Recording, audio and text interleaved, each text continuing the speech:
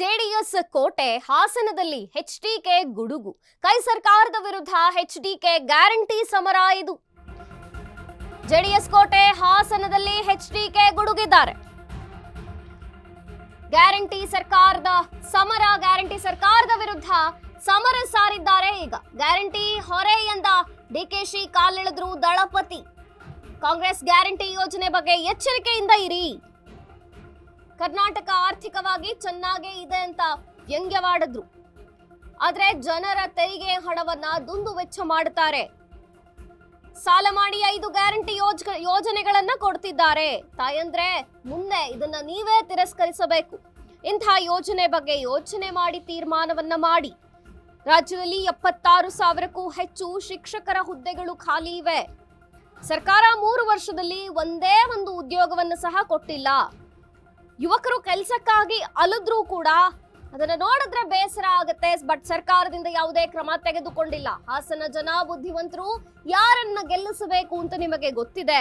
ನಿಮ್ಮೆಲ್ಲರ ಹಾರೈಕೆಯಿಂದ ನಾನು 5 ಬಾರಿ ಬದುಕಿ ಬಂದಿದ್ದೇನೆ. ಹಾಸನದಲ್ಲಿ 7ಕ್ಕೆ 7 ಕ್ಷೇತ್ರದಲ್ಲೂ ಜೆಡಿಎಸ್ನೇ ಗೆಲ್ಲಿಸಿ ಅಂತ ಎಚ್ಡಿಕೆ ಮನವಿ ಮಾಡಿದ್ರು. ಹಾಸನದಲ್ಲಿ ಜೆಡಿಎಸ್ ಕೋಟೆಯಲ್ಲಿ ಗುಡುಗಿದ್ದಾರೆ ಎಚ್ಡಿ ಕುಮಾರಸ್ವಾಮಿ. ಕೈ ಸರ್ಕಾರದ ವಿರುದ್ಧ ಎಚ್ಡಿಕೆ ಗ್ಯಾರಂಟಿ ಸಮರ ಸಾರಿದ್ರು. ಗ್ಯಾರಂಟಿ ಗ್ಯಾರಂಟಿ ಅಂತ ರಾಜ್ಯದ ಮೇಲೆ ಹೊರೆ ಹಾಕಿದ್ದಾರೆ. ಕಾಂಗ್ರೆಸ್ ಗ್ಯಾರಂಟಿ ಯೋಜನೆಯ ಬಗ್ಗೆ ಎಚ್ಚರಿಕೆಯಿಂದ ಇರಿ. ಕರ್ನಾಟಕವನ್ನ ಆರ್ಥಿಕವಾಗಿ ಕುಗ್ಗಿಸ್ತಿದ್ದಾರೆ. ಇದೆಲ್ಲವೂ ಗೊತ್ತಿದೆ ಅಂತ ವ್ಯಂಗ್ಯವಾಡಿದ್ದಾರೆ. ಆದ್ರೆ ಜನರ ತೆರಿಗೆ ಹಣ ಏನಿದೆಯಲ್ಲ ಅದನ್ನ ದುಂದು ವೆಚ್ಚ ಮಾಡ್ತಿದ್ದಾರೆ. ಗ್ಯಾರಂಟಿಯ ನೆಪದಲ್ಲಿ ಯೋಜನೆಗಳನ್ನ ಕೊಡ್ತಿದ್ದಾರೆ. ಆದ್ರೆ ಅದು ಸಾಲ. ತಾಯಂದ್ರೆ ಮುಂದೆ ಇದನ್ನ ನೀವೇ ತಿರಸ್ಕರಿಸಬೇಕು. ಈ ಸಾಲದ ಹೊಣೆ ನಿಮ್ಮ ಮೇಲೆ ಬೀಳುತ್ತೆ. ಇಂಥ ಯೋಜನೆಯ ಬಗ್ಗೆ ಯೋಚನೆ ಮಾಡಿ ತೀರ್ಮಾನವನ್ನ ಕೈಗೊಳ್ಳಿ. ರಾಜ್ಯದಲ್ಲಿ 76,000ಕ್ಕೂ ಹೆಚ್ಚು ಶಿಕ್ಷಕರ ಹುದ್ದೆಗಳು ಖಾಲಿ ಇದೆ.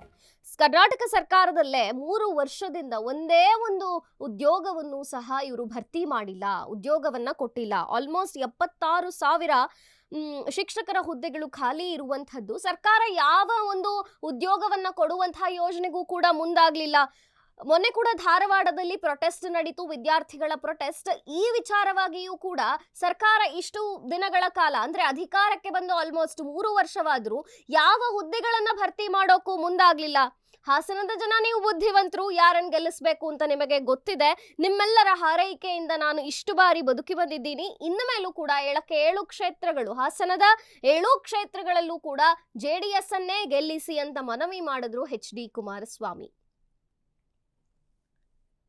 ಕೈ ಸರ್ಕಾರದ ವಿರುದ್ಧ ಎಚ್ಡಿಕೆ ಗ್ಯಾರಂಟಿ ಸಮರ ಇದು. ಯಾಕಂದ್ರೆ ಗ್ಯಾರಂಟಿ ಅನ್ನೋದು ಜನರ ಮೇಲೆ ಹೊರೆ ಆಗ್ತಿದೆ. ಸಾಲ ಮಾಡಿ ಸರ್ಕಾರ ಜನರಿಗೆ ಭಾಗ್ಯಗಳನ್ನ ಕರುಣಿಸ್ತಿದೆ. ಯಾರಿಗೆ ಬೇಕೆಂತ ಭಾಗ್ಯ? ಹಾಗಾಗಿ ತಾಯಂದ್ರೆ ನೀವು ಎಚ್ಚರಿಕೆಯಿಂದ ಇರಿ. ಸಾಲ ಮಾಡಿ ನಿಮಗೆ ಭಾಗ್ಯಗಳನ್ನ ಕೊಡ್ತಿದ್ದಾರೆ. ಎಲ್ಲ ಗ್ಯಾರಂಟಿ ಯೋಜನೆಗಳು ಸರ್ಕಾರದ್ದು ಸಾಲದಿಂದಲೇ ನಡೀತಿದೆ. ಹೌದು, ಕರ್ನಾಟಕ ಸರ್ಕಾರ ಆರ್ಥಿಕವಾಗಿ ತುಂಬಾ ಚೆನ್ನಾಗಿದೆ ಅಂತ ಕೂಡ ವ್ಯಂಗ್ಯವಾಡಿದ್ರು ಎಚ್ಡಿಕೆ.